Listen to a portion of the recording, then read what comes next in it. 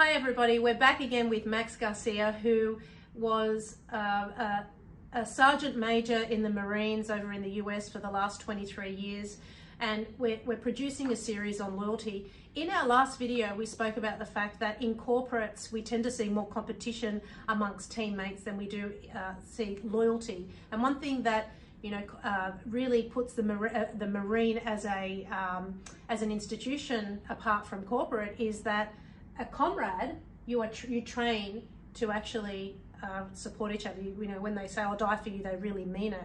So you said in our last video that corporates just don't do that, right? That's right. And in my opinion, you can't really translate the Marines to corporate because it's not the same. We're not battling, we're not killing anyone, we're not protecting anything. We're actually trying to grow our asset and we're trying to, fulfill a vision.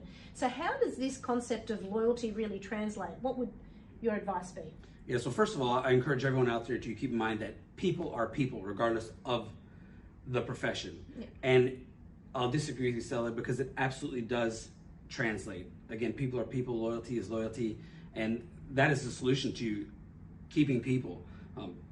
For example, one of the things I highly recommend for corporations is to do what I call, or what I should say we refer to in the Marine Corps as engaged leadership.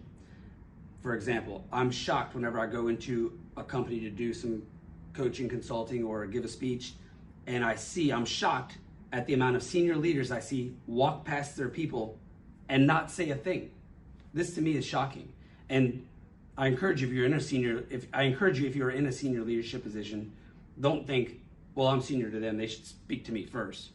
Or if I do see the leaders speak to the employees, it's something like this. "Good morning, Sally. Good morning, Bob. Good morning. How are you, Sally? I'm good. How are you?" So what does engage look like? So engage would be more like, okay, I recommend that if you're in a senior leadership position, when you walk past your employees, have a quick 1 to 2 minute chat. I know you're busy, but you're going to realize here in a second how it's an investment of your time. You're walking past an employee. I highly recommend that you ask a question instead of just say hello. Ask a question that starts with a W: who, what, when, where, why, or even the word how, because that will elicit more of a response. For example, instead of just walking by Sally saying, "Hey, good morning, Sally," or "How are you, Sally?" "Good, how are you?" which goes nowhere. You say to something like this to Sally: "Hey, Sally, what did you get up to this weekend?" And Sally might say something like, "Well, it was my husband's 40th birthday, so after our 3 sons' baseball games, we took him to his favorite Thai restaurant. He's from Thailand, loves Thai food." And you say, "That's great, Sally. Please tell your husband I said congratulations on the 40th and happy birthday," which is going to make you some loyalty money at home, first of all. And right, and then not only that, in that short 1 to 2 minute conversation, you've learned that Sally has 3 boys, possibly teenagers, possibly accident prone since they like sports.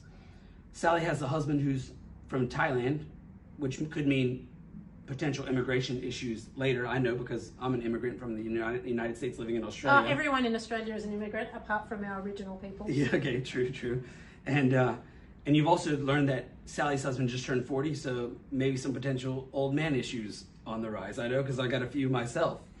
But the thing is that you're going to know what's going on in Sally's mind when she comes to work and doesn't look like she's all there, or looks like she's under stress. Yeah. And then maybe you'll be able to talk to her about it. Can we talk about loyalty money? Okay. Let's talk about loyalty money. All right. We're going to come back to you in the next video on that.